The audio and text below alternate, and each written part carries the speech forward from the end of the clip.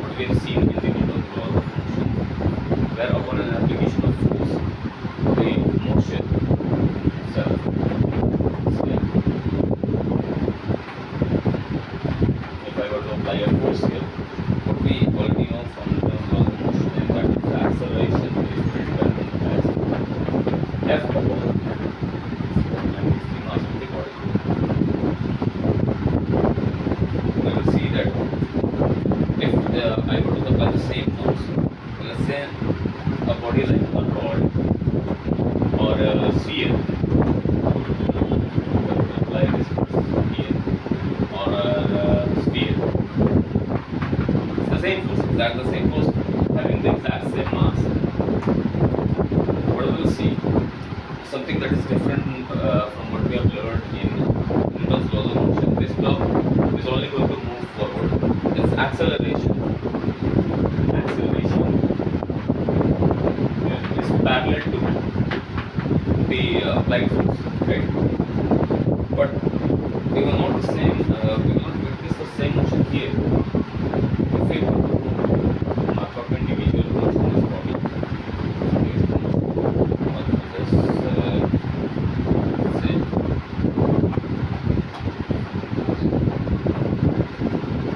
these points in this body, they will not have the same acceleration. In fact,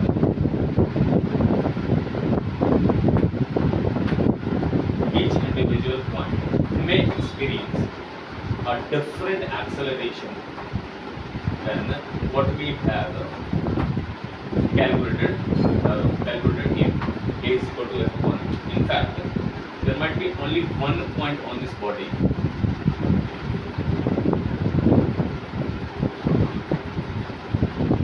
of these bodies. There will be exactly one point which will follow the same acceleration as calculated by net external force upon total mass. Let's see, F upon m. Now, many of you already know that this point for a uniform sphere, this point is what we call the center of mass. Same goes for here. This is the only point. Center of rod, given it's a uniform rod, obviously this point on the rod is also its center of mass. Which you may have already learned in the center of mass chapter, that the center of mass, the motion of center of mass A, C, M is governed by net external force upon total mass. So for this body, this whole body is going in translation, while the rod,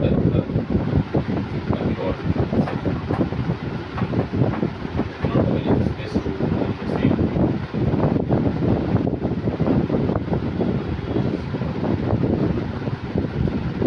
If I were to apply a force here, at the upmost point of the rod, this rod was rotating and accelerating forward at the same time.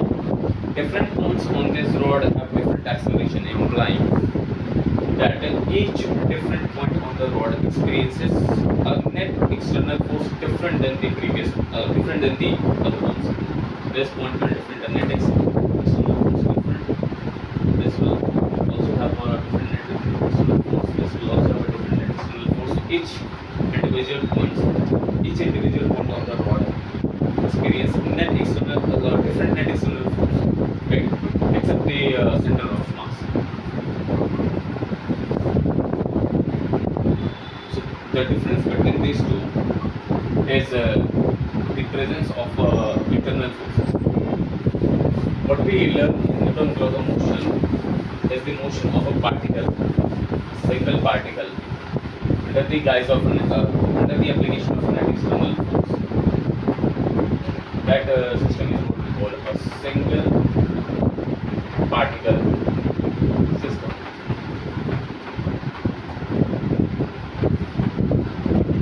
A single particle system is a physical object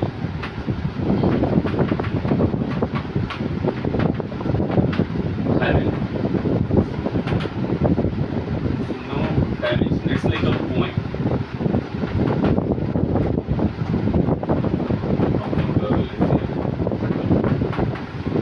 that would also imply that there are no net internal forces that is holding it together. For example, if I were to this chalk, this chalk is held together by internal forces. If this chalk were made of water, this will not be having a shape like this, right? So this is not a single particle system. This is an n particle system. No internal. We'll see soon that how the presence or absence of no internal forces affect motion of the whole body. Okay. So if I were to apply a force on a particle and the mass of the particle is m, if and the force is f, the acceleration of the particle can be calculated to be a is equal to f upon m, where this acceleration will obviously be calculated to the applied force. But if we were to do the same for an n particle system, let's suppose for an n particle system. Let's say okay.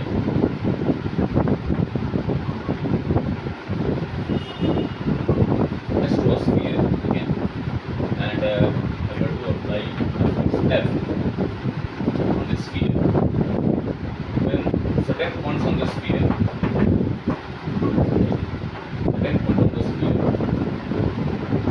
start revolving around the center, right? And the center itself goes in motion. This acceleration, since the center of mass, this acceleration will be calculated to be f upon m. We'll also experience in rotation at a certain time. Let's say this it's rotating with omega. If omega is given 100 meter. So I applied the force only here, right? I did not apply the force here. I did not apply the force of only this one, but I can see that every single point on this sphere is moving, is in motion. And also observe here is distance between any of these 2 points, remains unchanged with time. This is a classic example of a particle system called a Hazel body.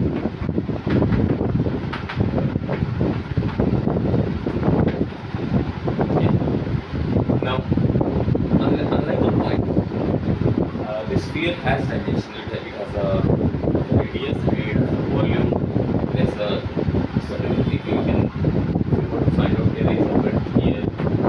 Maybe if I want to calculate this is the diameter, and obviously in physical, in 3D space it has a volume.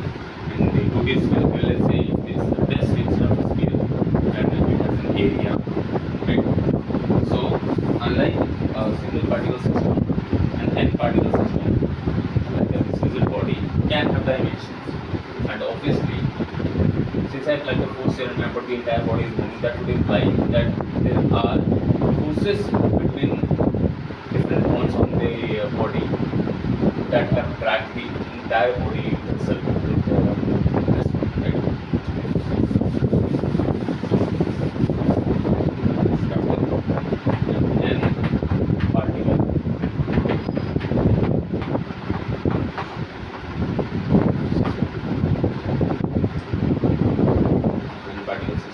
N particle system, you can say that it can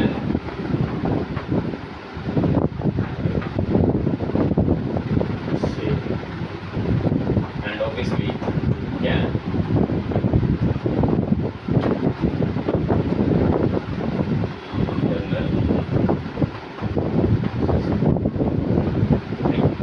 in certain cases like this rigid body, the forces are so strong that the distance between two particles cannot change. In other cases it might change, like for example if I were to put a rubber band and I can stretch it. So this is a polymer tube. So in this one it's also an particle system, but I can increase the distance between the two particles. But let's say I have this chalk. So the distance between the extreme point on the left side and the right side, it will not change. However, I rotate it or I put the air.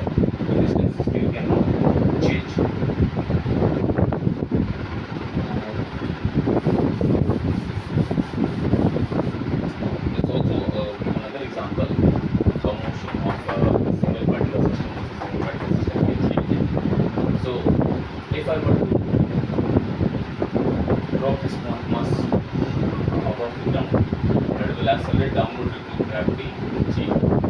If I were to repeat the same experiment with the rod, okay, so the motion of center of rod remains unchanged. If I drop it horizontally, it will keep falling on horizontally, and every point on this rod will accelerate downward with the G. Right? This will be in some velocity with time. All these points will accelerate downward with G. But change the experiment only slightly, and let's rotate this rod. In the beginning, let's set an angular velocity and drop this rod. The center of this rod will fall along the straight line, but the other points on this rod, you see, are still continuing this motion, right? It's still rotating, except the one point at the exact center, obviously this is a uniform rod. This point will continue along this particular line with acceleration G. And obviously, if these particles are in some sort of circular motion, there must be that centrifugal force acting on them towards this surface. So they are experiencing a different net force compared to this center.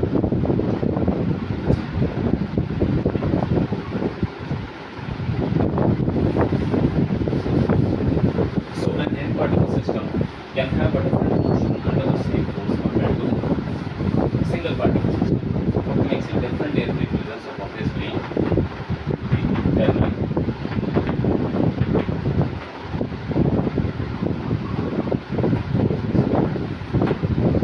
So the question is, can these internal forces initiate motion of the system by itself or acceleration of center of mass? Let's see.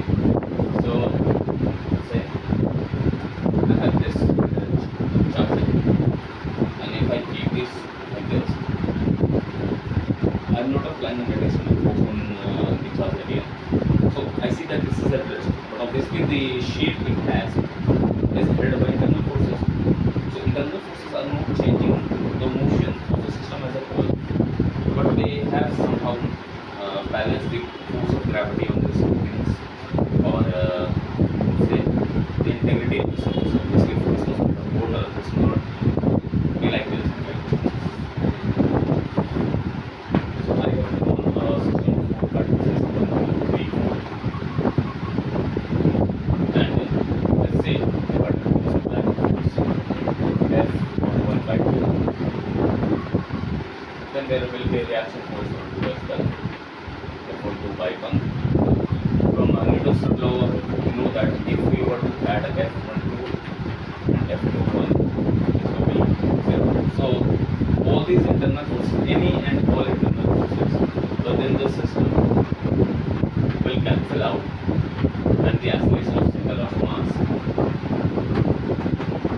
will be 0 because there is no additional force. So internal forces cannot govern the system of motion, right? But they can govern the motion of individual points, because in this case, particle 1 if particle 1 was ahead of one vector force like this, then it will move in this direction. If we go back to our previous example, if I had applied a force F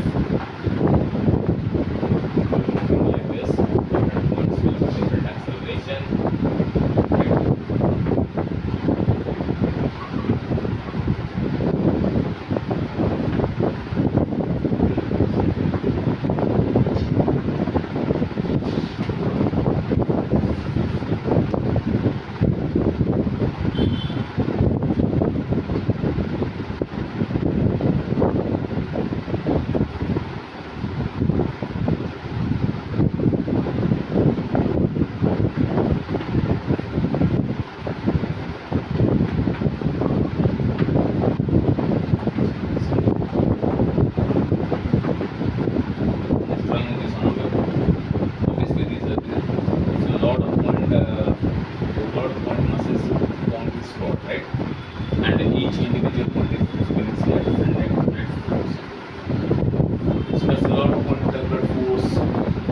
we will have to look what's common between every single one of these points.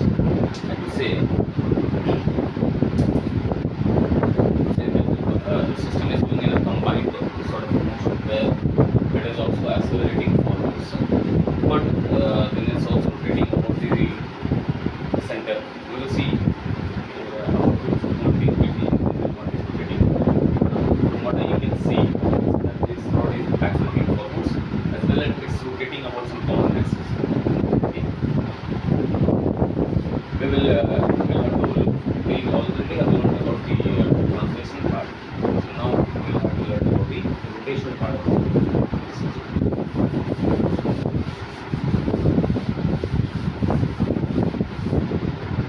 Firstly, we will learn about physical body, then we will move on the three types of motion that is possible in physical body and see what's common. We will find out the common part and then we will expand on it. Body. What is it? Best axis.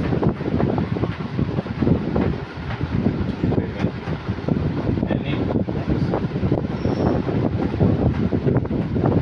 let's say the points are I and J, which is given by B, I, J, and remains unchanged.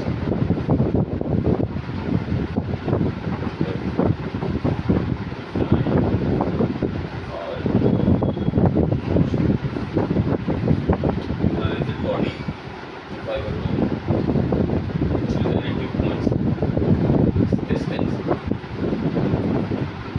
remains unchanged. You can choose whatever point you want. So let's say this is the back. So the distance will be in the back of the thing remains unchanged, irrespective of how rotated or how I decide to rotate. This distance remains fixed. So this is what we will call a rigid body. Now if I were to apply a force,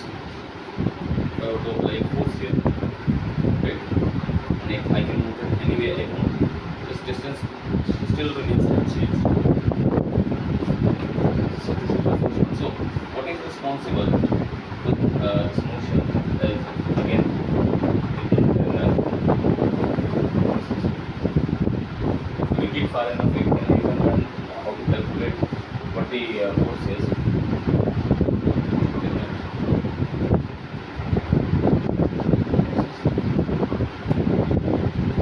Now,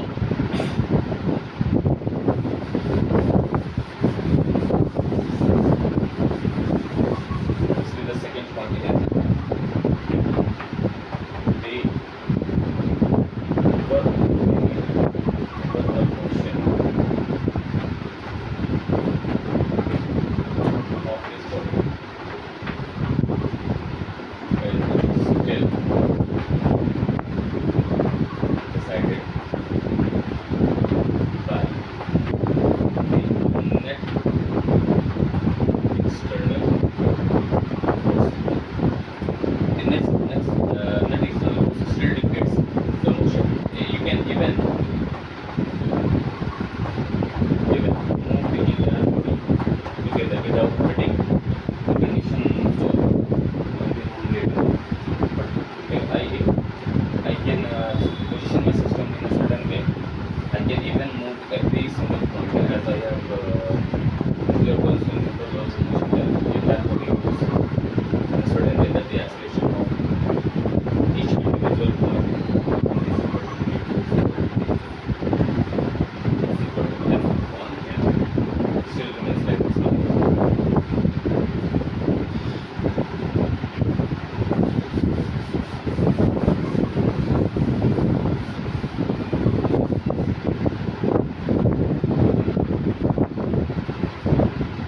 The acceleration of center of mass is given by F1 and no matter how you apply the force, no matter how you position the system, the center of acceleration of center of mass is still dictated by net external force.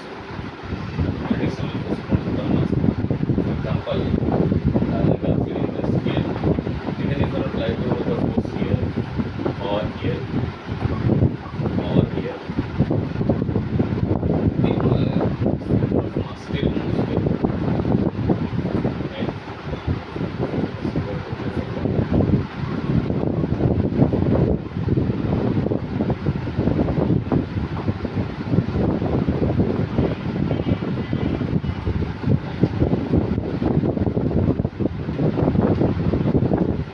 That's the other points we have to worry about.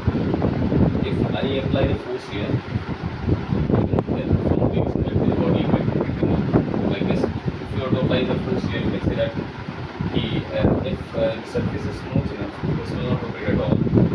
If I were to apply the force like this, it will rotate like this. So different points on the sphere, except for the center of mass, go on a different motion depending on the position or point of application of force. So the point of application of force is determining the motion of different points except for the center of mass.